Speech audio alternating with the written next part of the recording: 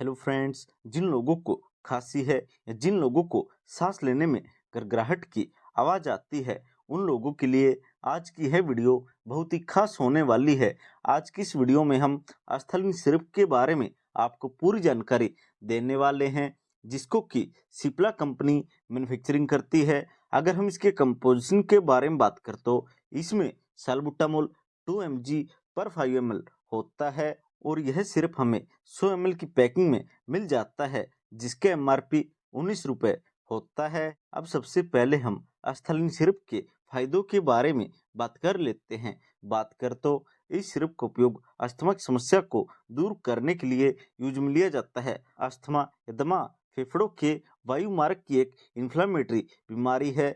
Asthma सांस लेना मुश्किल बनाता है और कुछ फिजिकल एक्टिविटीज को मुश्किल या असंभव भी बना सकता है। तो अस्थमा की समस्या को दूर करने के लिए भी स्थलीन सिरप का यूज लिया जाता है। और बात कर तो इस सिरप का उपयोग कोरियोनिक ऑब्स्ट्रक्टिव पल्मोनरी डिजीज को ठीक करने के लिए भी यूज में लिया जाता है। कोरियोनिक ऑब्स्ट्रक्टिव पल्मोनरी डिजीज फेफड़ों से संबंधित रोगों का एक समूह होता है। यह रोग सांसों को अवरुद्ध करता है और इससे सांस लेना मुश्किल हो जाता है, तो तब भी स्थलीन सिरप का यूज लिया जाता है। और बात कर तो इस सिरप का उपयोग ब्रोंकाइटिस में भी यूज लिया जाता है। ब्रोंकाइटिस में श्वसनलिया या मुंह और नाक और फेफड़ों के बीच के हवा मार्ग में सूजन आ जाती है। विशेष रूप से ब्रोंकाइटिस में ब्रोंकियल ट्यूब की लाइनिंग में सूजन हो जाती है। ब्रोंकाइटिस से पीड़ित लोगों को फेफड़ों में हवा और ऑक्सीजन लेने की क्षमता कम हो जाती है, तो तब भी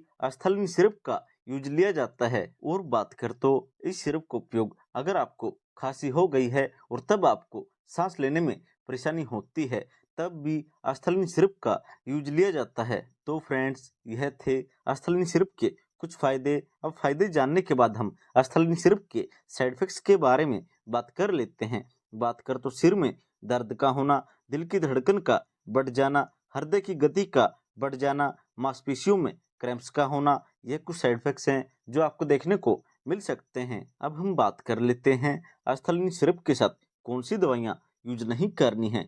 बात कर तो एटनेलोल, प्रोप्रानोल, फुरसिमाइड, एस्प्रिन, साइनोकोबालामीन, एमिट्रिप्टिलिन, कीटोकोनाजोल, मिफेप्रिस्टोन, यह कुछ दवाइयाँ हैं जो आपने स्थलीन सिरप के साथ यूज नहीं करनी है। अब हम बात कर लेते हैं कौन से ऐसे पेशेंट है जिन्होंने स्थलीन सिरप को यूज करने से पहले सावधानी बरतनी है। जिनको पोटासियम की कमी है या जिनको गुर्दे की बीमारी है या जिनको हृदय रोग है या जिनको शुगर है, यह कुछ ऐसे पेशेंट है जिन्होंने स्थलीन सिरप को यूज करने से पहले अपने डॉक्टर की सलाह जरूर लेनी है। अब वीडियो के लास्ट में हम स्थलीन सिरप की डोज के बारे में बात कर लेते हैं और किस तरीके से स्थलीन सिरप को लेना होता है। इस सिरप को लेने से पहले आपने इसकी बोतल को अच्छे से सेक कर लेना है। उसके बाद ही आपने इस सिरप का यूज करना है। इस सिरप को आप अडल्ट्स में 5 से 10 ml दिन में 2 या 3 बार यूज कर सकते हैं। इस सिरप को आपने खाना खाने के बाद ही यूज करना है और ज़्यादा जानकारी के लिए आप अपने डॉक्टर की सलाह भी ले सकते हैं। यह थी स्थलीन सिरप के बारे में पूरी जानकारी। अगर आपको जानकारी अच्छी लगी हो तो आप इस वीडियो को लाइक, शेयर और चैनल को सब्सक्राइब करना मत भूलना। Thank you.